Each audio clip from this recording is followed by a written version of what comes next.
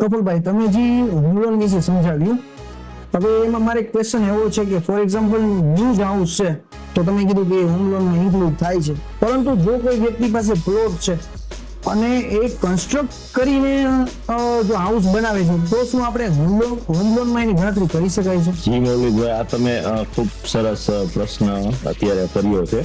Generally આપણે જોવા જતા હોઈએ છીએ તો કોઈ વ્યક્તિની એવી ઈચ્છા હોય કે ભાઈ મને જે રેડી ટુ બિલ્ટઅપ મળે છે એ મારે નથી જોતું, તો મારે મારા પ્લાન મુજબ બનાવવું છે મકાન, અથવા તો મારે પોતાએ બંગલો બનાવવો છે, મારી પાસે ઓલરેડી 100-150 વારનો પ્લોટ પડ્યો છે, હવે એમાં મારે કન્સ્ટ્રક્શન કરવું છે, તો એ પણ આપણે construction as a construction loan તરીકે એ કરી શકીએ છીએ ને એ હોમ લોનમાં જ કાઉન્ટ થાય છે.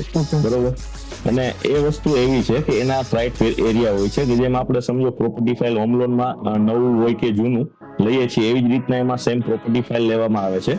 પણ એક અલગથી વસ્તુ એવી છે કે જે તે ઓથોરિટી આપણે જે એરિયામાં મકાન બનાવતા હોઈએ છીએ એ ઓથોરિટી પાસેથી આપણે પ્લાન અપ્રૂવ કરાવવો પડે છે અને પરમિશન પણ લેવી પડે છે. બરોબર. જો પ્લાન કે પરમિશન આપણે નથી લેતા તો એમાં ક્યારેક બેંક આપણને લોન આપવા માટે અનુકૂળ નથી આવતું, તો આપણે ફરજિયાત તો NBFC માટે એમાં જવું પડે છે.